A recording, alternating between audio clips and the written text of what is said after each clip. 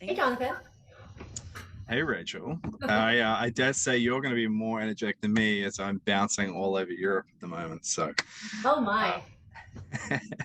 I'm stuck in a little box. But I'm actually really excited to jump on here because obviously talking about legacy in brands and how you modernize them and really bring them forward in the modern day and how you make it actually authentic and applicable. I mean, Dell's a name we all, and Dell Technologies is a name we all know. Ah, Like, what does that mean? Yeah, that's an important distinction. Dell yeah. Technologies, but that's a brand it's been around. We all know this. So I think I'm going to jump right into it and just sort of ask like, what is Dell Technologies' legacy, and how do you evaluate opportunities to promote your products that are also authentic to this legacy? Okay, that's a big question, so I'm going to unpack it a bit. One thing I am going to start is just by giving everyone a bit of context, and because Dell is likely not what you think Dell is today. So a lot of times when you hear the word Dell, you think, dude, you're getting a Dell, for those who are probably, came of age in the early 2000s, or you think of a computer, a laptop. And what we're trying to do is really do this yes and conversation about our brand. So about 6 years ago, Dell and EMC merged. It was actually the largest technology merger in history. So, you can write that up. But one of the things that really became special about that, when we merged, we had to make this decision of how do we show up. Um, Having EMC come along, that came along with VMware and a lot of other brands that really put us solidly in that B2B technology space. And we had to think, do we go to market as Dell? Do we go to market as Dell EMC? Do we go to market as something completely new? So we really took a step back and really tried to think about what do we want to lean into with the legacy of both of our brands, and what makes sense of how we bring that into the future. And what came out of that was a new name for our company called Dell Technologies, really leaning into that legacy of computer technology, which we are still very active in that category, but almost adding that technologies had that like, wait a minute, what is that technologies? So really, Dell Technologies was birthed, if you will, about 6 years ago.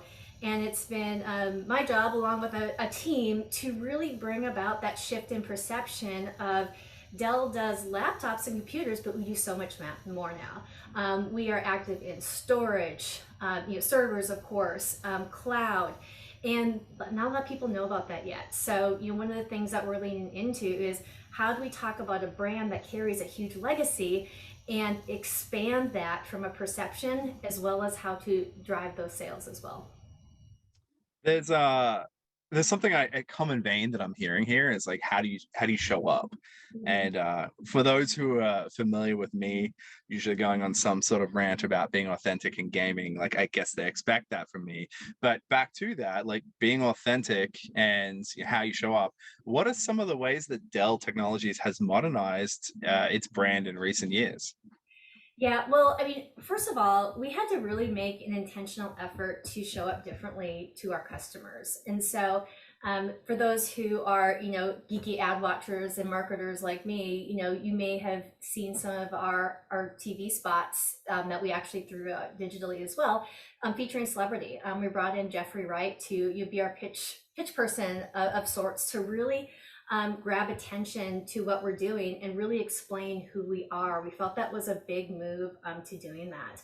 And so we really looked at a couple different things for this. One is where's that big splash in being able to change those broad perceptions that we really need to push in the marketplace. And then also, where do we show up with those smaller audiences, with the decision makers, with influencers, in how we start to look at some of those micro audiences and really start to do some of that conversion, lead generation.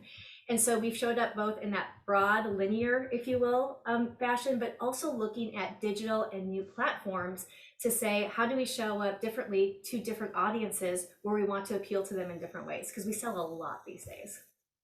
Yeah. Well, I mean, if you're doing that, how do you measure the scale and impact that Dell Technologies is having in this modernization efforts? Yeah. What kind of metrics are you Ooh, valuing? Because obviously, yeah. I usually go on down the realm of like the vast data that's available in gaming. I mean, how do you guys looking at this? It's hard. Any brand marketer will tell you if you have the secret recipe to crack the code for brand, how to measure brand marketing, like pass that to me. So there is a lot of research out there that does show having a strong brand, allows you to, control your pricing. It allows you to, get a seat at the table. It allows you to open those doors. Now, where how you measure that is a big question. So we've done a lot of research in looking at when we're advertising, for example, does our overall web traffic increase? So that's one way. But then we also do a lot of research. And so one area that we do looking at that perception shifting research is campaign impact. So we will go into the market 2 or 3 times a year and really understand who is seeing our ads, and we really look at that B2B target audience, and then who isn't seeing our ads, and trying to figure out kind of like why, what is that general awareness percentage. And then we look at, of those who are aware of our campaign, what do they think of us? Those who aren't aware of our campaign, what do they think of us? And we found some very interesting data that those who are aware of our brand campaign have said that they've seen it, actually think of us as a more innovative company. They think of us as a technology thought leader, like double-digit percentages higher than those who haven't seen our campaign. So that's really enabled us to show that these perception driving activities are working in doing that. Now, what does a stronger perception do for your brand? It allows for a higher conversion rate for your lead gen. So when we look at lead gen, we're looking at things like high value engagement. Are they engaging with our content? And then is there some of that halo lead to a stronger pipeline, to stronger conversion rates? And so it's harder to do that correlation with those demand driving activities. But when you speak to the demand gen team, they are actually adamant about, we need this brand campaign in order to help us convert stronger. So we know there's something there, but it is hard to really make that hard line. Yeah, I mean, there's a bunch of different strategies you can take about how you actually get there. I mean, we use ComScore, for instance, and we do a ton of brand lift measurement studies and having got that. And to your point, we see massive double-digit lifts all the time. And it's funny you said engaged. That's something we always look at. Like when someone is playing a game, this could be Dell Technologies, a decision maker in some sort of level, but it could be reaching them in their environment where they want to be in a way that doesn't break their experience. And when you start talking about how you actually engage with people, how you're showing up, I mean, this is all really important, because for us, we've been breaking this common misconception that gamers are kids, but a gamer is probably someone in your exact target audience that you're actually going for. No, I actually could do like a yes and to that conversation, because it is really relevant to what we're looking at, because we always are looking at where should we be showing up, how do we show up, and then how do we show up within context, right? That's the big challenge. And being authentic. Being oh my authentic. God, like that's something we always push in. Boom.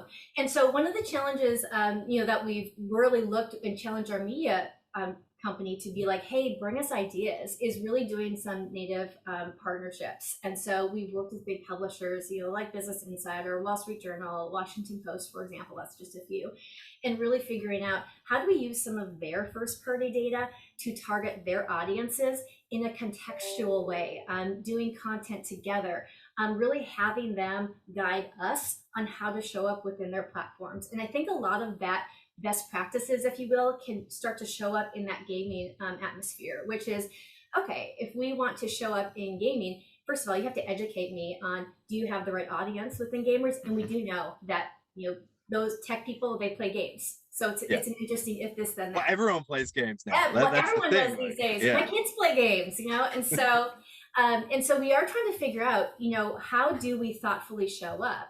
The publishers have had that cracked because they can bring in their editorial teams and say, hey, we can create this content together. And so with that gaming, how do we start to show up in a way that is authentic, that does represent what people are doing without disrupting what they're doing? How can we add value within that space? Oh my God, now you sound like you work for us here. Don't disrupt the play, be authentic.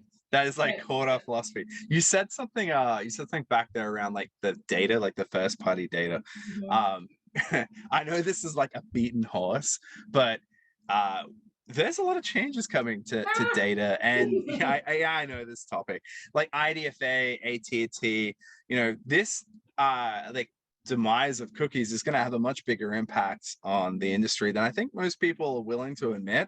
You know, I think a lot of people have talked about being ready. Whether they're actually ready, that's a different thing altogether.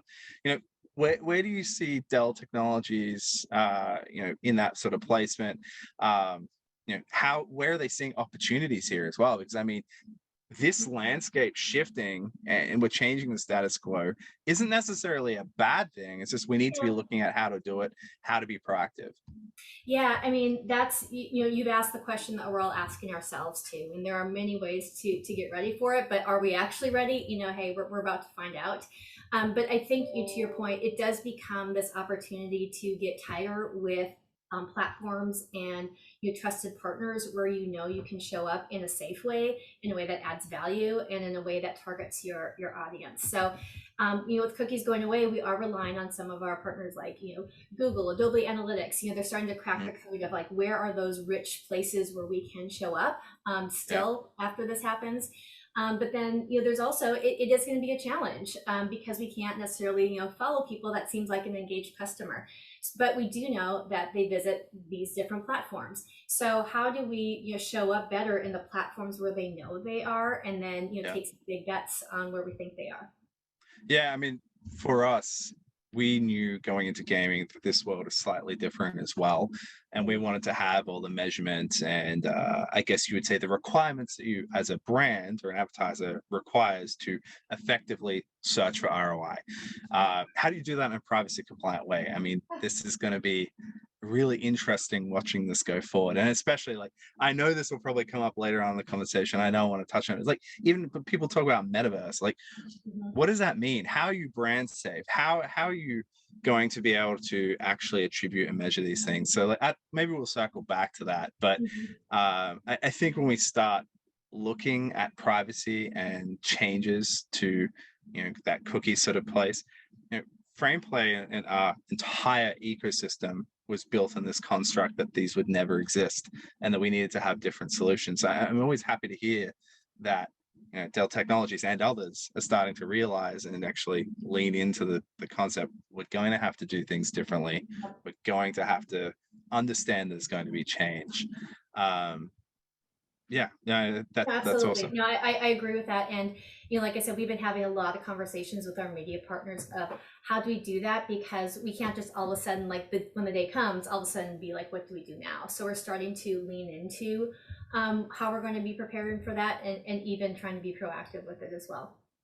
Yeah. So, how does Dell Technologies maintain authenticity in the communities you market to now? Like, I mean, there's a lot changing. So, how are you remaining authentic? Ooh, first of all, it comes with knowing who we are, having some self-awareness. And, we work really hard to we have a globalized, centralized strategy and creative team. And so that really is kind of the core of how we start to make sure we're understanding what is that authenticity. We do a lot of research, but then we really have to look at that global to local scale too, of Yeah, how do you do that in an authentic way. We spend a lot of time with our global organizations, and anyone who works in global marketing means that you meet really early and really late at night to really figure out how does this translate in Japan? How does this yeah, translate in parts of Europe? When do we lead with English? When do we lead with different languages? And then when do we adjust the talent? And so, but we strongly feel like having a strong creative platform, which we have a very strong creative architecture, and really understanding what's that box to play in that still doesn't put handcuffs on people so they still yeah. can't be creative, but really making sure that we're scaling in the right way. So we keep track of that, but I would say it's a challenge to do that for any global brand. Yeah. Well, I mean, also keeping context in mind. I know this is going to be massive for everybody, but somebody that's the company the size of Dell Technologies, context relevant to the actual audience is extremely important. I mean, it's the same philosophy we have when we go to gaming is context is almost king. How are you showing up? Is the creative appropriate, and is the context right? Yeah, the other thing that we're really doing too is really leaning into storytelling and training our marketers to be good storytellers, no matter where they sit in the organization. So we've really looked at how do we tell our story in 6 second, 15 second, 30 second, whatever that story is. How do we do that in the most effective way? And then how do we train people to do that once, they need to do that for their local markets too? And so storytelling is that is the art that will never go away from marketing that we always need to keep in mind. And that is so important, how you show up. You can do the best storytelling in the world, but if you're showing up in a random site and the audience doesn't know who you are, it's all for naught. So it's really telling that right story and making sure it shows up in the right place as well. Yeah, I mean, that hits a chord for us because in games, I mean, the whole thing there is people are choosing to be there and they're being part of a story being told. So how you're turning up is, extremely important. It's exactly why we don't want to break that experience for them, yet still be able to tell a contextually relevant story and creative that's appropriate to the environment they're jumping into. I guess, Frameplay is a global ad tech startup, and we specialize in intrinsic in-game advertising. So what kind of advice would you give a startup to ensure that they are authentically building their legacy?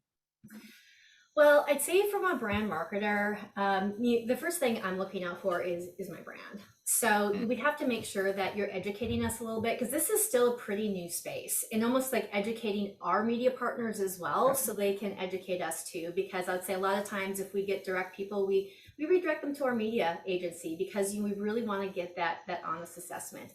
And so understanding what is that opportunity there, and then how can we feel safe showing up.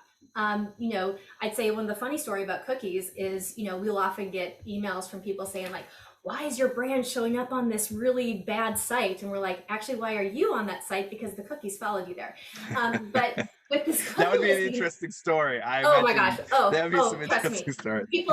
People have found us on really bad sites that you can't blacklist everything because, and so we've been like, well, actually you're on that site. So we just need to stop our cookies. But I think first of all, it's brand safety. How can we feel comfortable showing up in this space? And then, the other thing is show us the data. I know I work in B2B, but I also know, because I've seen the data, that B2B influencers are gamers. So how do we take, even though we're, how do we take those two things and make something interesting for our brand so we can show up in both a contextual way, but that's also safe, that I won't be getting pinged from some executive to say, hey, why are we showing up here? So it's really making sure that you show up as an opportunity, that you have the audience and that you have the ideas of how we can show up in a way that will be beneficial to our brand. And maybe we can even add some value to that experience as well. How can we make it fun? Yeah. Well, so what is Dell Technologies' take on the gaming channel, being that, it's interesting because Dell Technologies also builds gaming peripherals, hardware. So it'd be interesting to see your take on this, given that you are in the space in a major way, but then also not on the other side.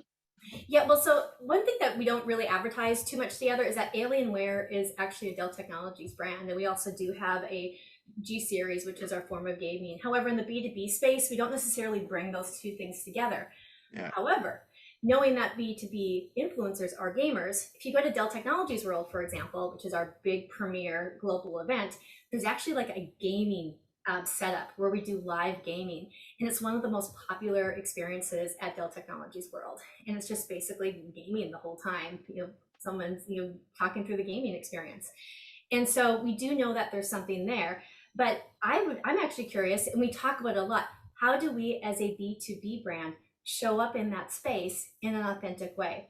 And I think maybe we've done some, let's just say, some targeting, and we weren't really sure where it's going. I haven't seen that the data is there yet to do an experience. So it'd be interesting to see, how do we step into that and do a pilot? So if we're gonna do a pilot, how would someone make us feel comfortable about trying that pilot? Maybe you'd be really transparent of like, hey, because we're trying this and we're both going to try and learn from each other, how do we do this together in a way that's cost effective for both of us? And if it works wildly, hey, if it's a high value engagement to us, I'm willing to pay for that, knowing that we're going Yeah. to get something in return down the road. I mean, at the end of the day, it still comes back to ROI for you guys, and ROI doesn't necessarily mean a one-to-one buy on a store. It can also be brand lift or whatever Yep. other KPIs that you're looking for. So, I mean, what advice would you would you give to media buyers looking to buy into the gaming space? Because we speak specifically to Intrinsic. Obviously, we are part of the game, and we want to give a really authentic experience. How would you give recommendation on that for media buyers? So I'm just trying to understand the question, which is, are you saying like, what advice would I give to you to like kind of pitch to me if you were? Yeah, Yeah. yeah. Well, I mean, from I guess you'd say a media buyer. Like, if you are going to look at the gaming space, hearing what is valuable to Dell, for an ROI perspective, you did mention there, like doing cost-effective tests. I mean, for this experience, it's a lean-in experience. It's premium. The reach, the data, like to your point, like backing it up with data. Am I reaching the person I want to reach? All of that is available at scale in intrinsic advertising in games. So, outside of that, what other things would you sort of look for or use as advice for buyers? Yeah, well, and I think we talked about this a lot, which is all the context, which is showing us how we can participate in this, because this is a new territory for us. So, a part of me is like, what would that even look like? Are we just going to be an ad that shows up in the corner of the screen? Are we going to be a billboard within an experience? I don't know. And so, really helping us understand how we could show up in a contextual way would go a long way to getting us to consider it. Most good marketers, myself included, let's just say that, I do have an innovation bucket where we try new things. And as long as I feel like, we're not going to be damaging our brand, or there's not that big risk out there, this would be something really interesting to try. And so how can you present it to our media buyers that has the data, that has, this is the audience you want to target, and here's how you can do it. And so I think really being able to be clear on, knowing that there's an audience here and there's an opportunity, that's where we'd like to really figure out, should our brand try that and see if it works. Well, I guess it comes back down to that measurement component, Always. because It does. at the end of the day, you need to be able to measure it, what happened, how did it happen, who did we actually reach in the end of the day. Yeah, and I know a lot of publisher partners, they do a lot of surveys within their platforms. I kind of look at those with a grain of salt, because typically if they're going to do it within their platform, hey, I get it. But it is something to consider too, which is, after an experience, are they willing to answer one question, like, did you see this ad? What did you think about it? I don't know if that would even be appropriate to do, but I will say, as a marketer and really as media, we're looking to get as much as we can out of it. And so, we will push those limits, we will ask those questions, we will try and do it. And I think it's up to these platforms to set those standards, set those boundaries, and really recommending to us, show up like this, not like that. And and really making sure that you're sticking to that, because if you start to get too many advertisers in there, you're going to look like a race car, and you don't want that for the experience anyway. You're going to start to lose your players. So how do you help us show up in ways that are authentic, that still keeps the core gamer happy and and playing as well? I guess this goes full circle, keeping true to your legacy. For us, that's like keeping true to our pledge to be authentic to the experience of the player. How do we do that consistently and educate you as a brand to be present in there while having all of the measurement and everything you require in that? I mean, so this is an interesting one. I realize Dell Technologies definitely must be hearing this consistently, given that it's starting to pop up from at least a conversational point. The idea of Web3 or the metaverse or whatever it may be, like, we probably get into an argument over that just alone. How we're looking at this, like, gaming is the gateway to the metaverse. Basically, if you look at how the metaverse is built, it's basically built on constructs.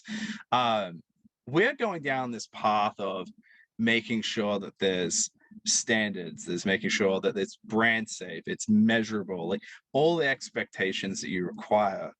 How do you think that's going to happen with the metaverse? Yeah, I mean, I'm really happy to hear that, there was like brand safety. That's number one. I think when it's going to really start to take off is when there's scale. And so, I think for a while it's going to be a little playground of, so and so played in the metaverse, and it makes more of a headline than an Yeah, impact within the actual experience.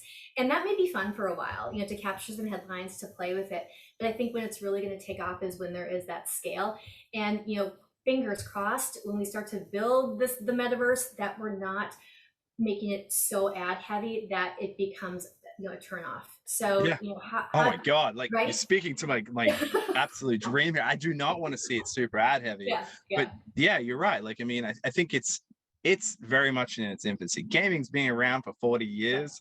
It is very well established, massive audience, what, 3 billion plus audience. yeah. I mean, this is gaming's a channel that we should be definitely diving on. I'm not subtracting from the metaverse. Personally, I love the concept, Yeah. but I think very much like we're building all the requirements now in gaming, and we're just Mhm. getting brands to actually recognize that value. I don't want to jump too quickly ahead of things. I want to crawl Yeah. before we run, in effect. Yeah, well, and I mean, the opportunity presents to us too, which is like, how can we establish an experience within, Yeah, gaming or within the metaverse that, our potential customers could, interact with. And, we've done some things with like, putting on the headset and taking a tour of data centers. So, we have started to tiptoe into that, but it's definitely been more yeah. closed experiences versus connected. And so it's going to be an interesting way to tap into Yeah. that. Yeah, I think the way so we've looked at it as like how can we build the enabling technologies for people to democratize these Mhm. environments they want to go in. How can we build tools for them to monetize in a way that makes sense Yeah. for the players? I think it's going to keep evolving. We're not going to really quite understand what form it's going to take. I just want to be, part of that journey. And I imagine you as a brand as well, looking at Yeah. how do we be part of this journey to make sure it's a good experience. But I don't want to jump ahead too far when we have gaming right now in front of us, and that's effectively what it is. Yeah, yeah, yeah, yeah. No, I Yeah, mean, and that is the opportunity that we have right now that we know does have some scale. So, what are those ways of being able to understand the audience within gaming, understand what are their interests, and then be able to show up in a relevant way? So, I think it's like having to build on those ideas, and I think that's where brand marketers. I think there's some consumer brands who have really thrown some things out there, really in a fun way, and so. I'm not sure if B2B has cracked that code yet, but I think we should try, because we do know that it's there, but can you target, how well can you target within that experience? I think that becomes the question for us. yeah. Well, I agree. So on that, I guess I don't know how much time we have left. I'm Brianna, how much time do we have left? Are we going to go to questions?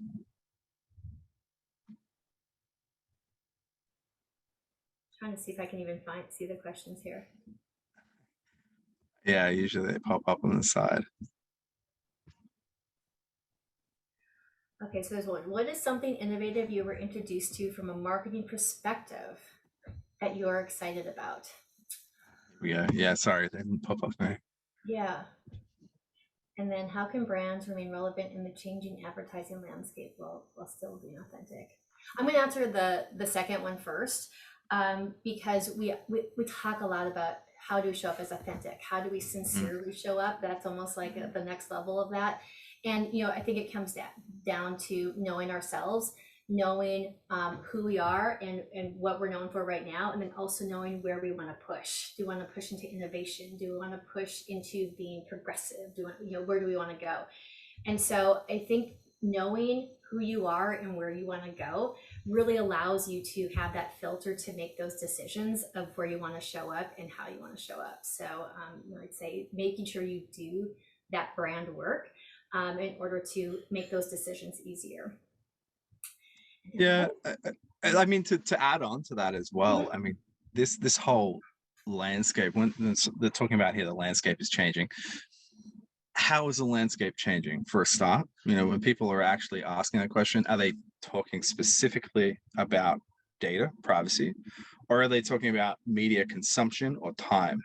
Where are people choosing to spend their time, I think is extremely important relative to how you show up.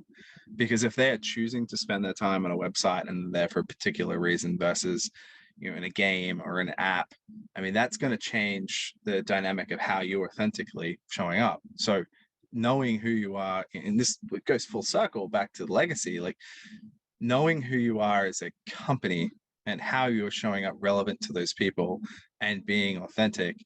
I mean, the landscape change is really going to be how they're actually engaging with it, because just as we were just touching on then with Web3, metaverse, ultimately we do want it to be Ready Player One. We want to be completely immersed in an environment. We don't, we're disconnected from everything else and we're completely in there.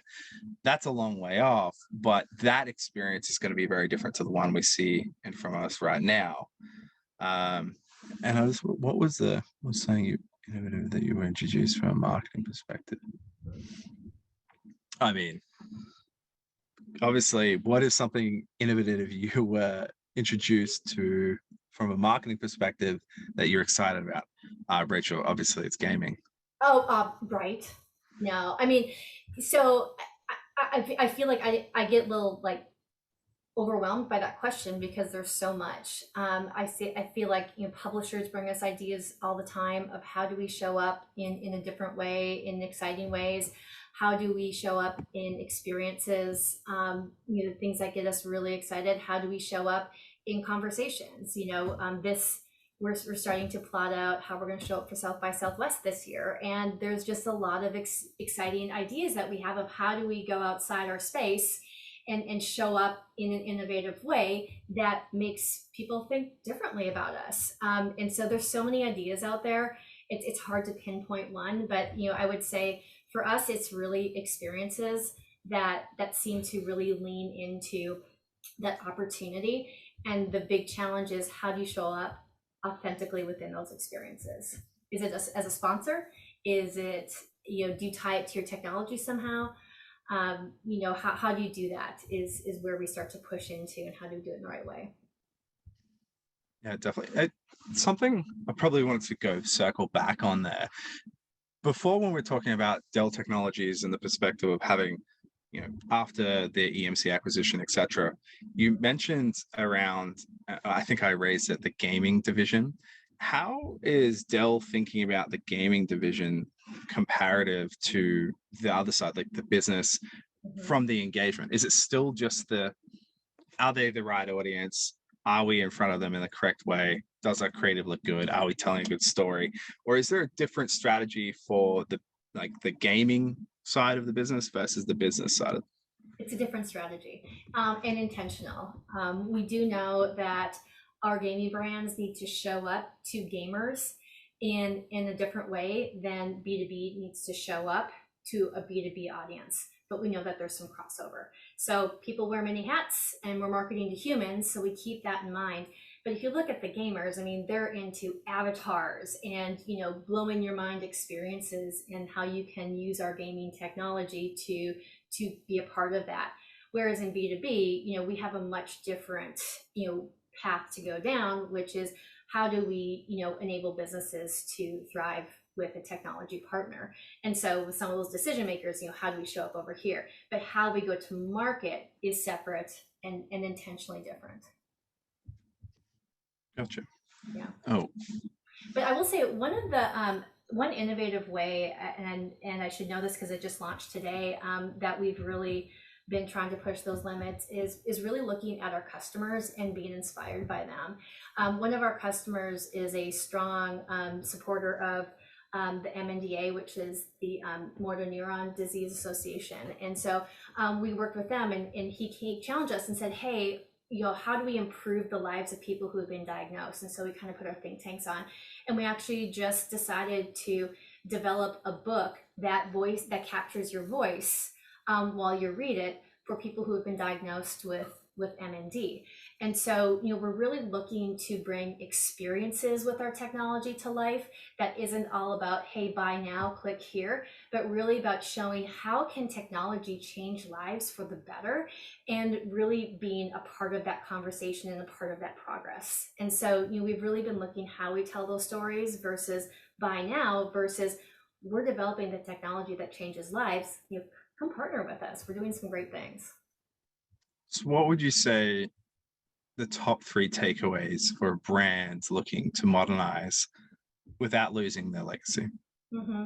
Well, I would say, first of all, like, know who you are, have that research done. And, be adamant about the data of, like, is your audience going to be there? Is this the right pool to fish in? And then, the third is be open-minded of how you show up. And I think, that's something that can be tough for brand marketers because we know ourselves so well. It's hard to put ourselves in different environments sometimes. But I think the right marketers know that we need to evolve in how we show up in authentic ways, and really be open to that new experience. Awesome. I mean, I definitely top some on there from my own perspective. And this is specific to gaming because that is definitely my realm. But I think some key things that we're constantly breaking here is like knowing who our audience is in gaming. We have to keep re-educating this. Like, for some reason, you would think that this would have been dispelled 10 years ago, but it's still, the thought is that it's a 15-year-old boy in a basement, where the average age is 34 and female in the States, which is mind-blowing to most people. Yeah. The fact that you get all of the data and more that you would expect in gaming that's relevant to the rest of the marketing industry. I mean, again, this is why I think when you mentioned innovation budgets for a start, you should be looking at doing this for modernization to make sure your brand is present in these things, but just to be relevant, going forward. Most of the next generation, they don't consume other forms of media. It is purely games. I mean, you're going to be irrelevant to them as they're going. Now, they might not be a customer right now, but it has to be thought of. So, yeah, is there any more questions that have Well, so come my through? question to you is, like, what is where, because you're in the space too. I'm more of, being the one being pitched to. What has been your biggest challenge in getting this across the mark? Because I will say I don't hear a lot of pitches to show up in the gaming space, but I do know my audience is there. So, what are some of those hurdles that have been challenging? Is it education? Is it not having enough data right now? Like, what is that? You know what? It actually is education. Is definitely, there's a couple of things, but I'll probably knock over a few and unpack that a little bit. But education is first and foremost a hurdle. Structures of media organizations and how people buy things, like, obviously you have to get into those different layers as you're going and make sure everybody's educated on understanding what it is. There's that old concept, like, people are sort of thought in the past, where, like, if I bought Facebook, I mean, I don't think that's necessarily applicable now, but you weren't going to get fired for doing that. All of this is changing, so they're being forced to change rather than going through the educational process. I think what the biggest hurdle for gaming was in the last couple of years is probably CTV, which is crazy because the whole, I guess, advertising world was sort of scrambling. Like, what's our focus on CTV? How are we activating? How are we showing up in CTV? The irony that you see there is that CTV has all of the data that gaming has, and people spend more time actually in a game than they are in CTV. But you're not folding laundry when you're playing a game. You're in full attention. You're actually inside the game, and you understand what's going on. If I'm watching something and something comes up on CTV, yeah, I could be on my phone playing a game. Ironic, because I see that in my own household, or doing something else. So it's funny that CTV being so comparable from a data perspective and being really not as good as an engagement perspective as gaming has been probably our biggest hurdle over the last couple of years. I mean, obviously, there's COVID, but everybody has heard that a million times, and everyone had to work around COVID just as CTV did. but comparatively, it would have been education and CTV, I would say. But now we have started to get to the point where, you know, brands are really understanding that the data that they were hoping is there, the audience is there, the engagement is far superior. It makes a lot of sense, but you know, as we all know in this space, well, that change doesn't happen quick. Too CTV, and I know Emily, you're here for a reason. I think that you know, the CTV, it's like we can run our 30-second spot, we can run our 15-second spot. You know, I think for us that's like an easy space to move into. The data's there, the inventory is simple, we can understand it. I think for this is like the data's there, but how do we show up? And that could be that big question that we have to tackle. And that is a bigger thing. So like we have been really focusing on educating people. Please don't use the same piece of creative that you've put somewhere on the web. The creatives need to be way better because you're in an amazing environment that people have spent time building. Keep in mind, people are choosing to spend time in this environment playing a game. They didn't have to go on and check the timetable for the train or whatever else they're doing. They're choosing to be there. So, you know, as a brand, they should be respecting how they're showing up in these environments that people are spending their time. You know, it's in the States, it's 8 hours a week people are spending there. This is new time. You think of cost effective, like relative to all these other oversaturated channels that people are blind to. This is, you know, gaming is the place to be.